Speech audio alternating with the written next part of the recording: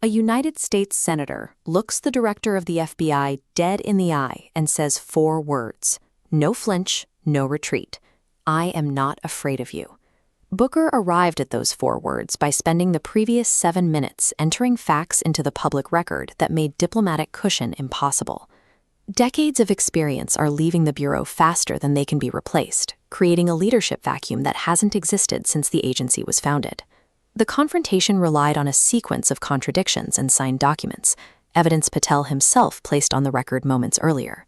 Less than 2 minutes into the hearing, the record shows a direct contradiction. When asked about discussing personnel removals with the White House before his confirmation, Patel answers yes. Moments later, on the same subject, he says no. Patel confirms he speaks frequently with Stephen Miller, the architect of the administration's domestic policy. When pressed on whether Miller influences FBI operations, Patel redirects to the technicalities of interagency coordination. The questioning moves to the Mar-a-Lago classified documents case. Patel declines to discuss his grand jury testimony, claiming the transcript is already public and represents the best evidence of what he said. That transcript is entirely sealed. A court explicitly ruled in July to deny news outlets access to that exact document. Booker then introduces Rule 6 of the Federal Rules of Criminal Procedure. Under Rule 6, a witness can share their own testimony at any time. No judge has ordered Patel to stay silent. He has the right to answer. Patel's silence on the matter is a personal choice, unsupported by any court order or legal restriction.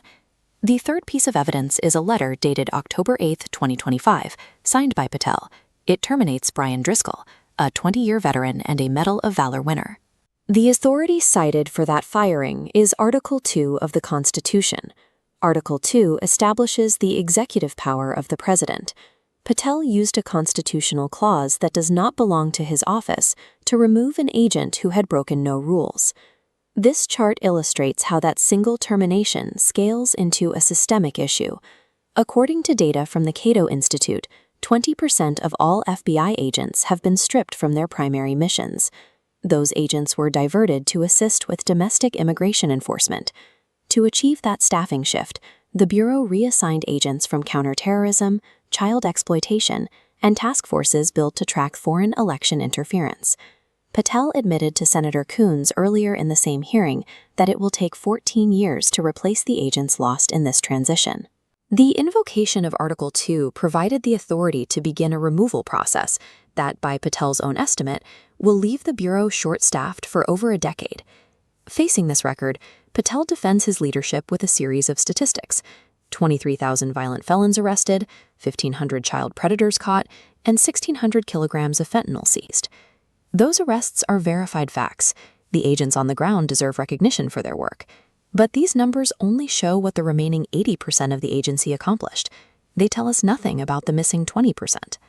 A high domestic arrest count and a completely disbanded election interference task force exist at the exact same time. The successes of the remaining units do not account for the investigations that went cold. By placing the director's own output numbers directly beside the units he dismantled, the math itself demonstrated the vulnerability he created. The fear was unnecessary because the facts were already on the record.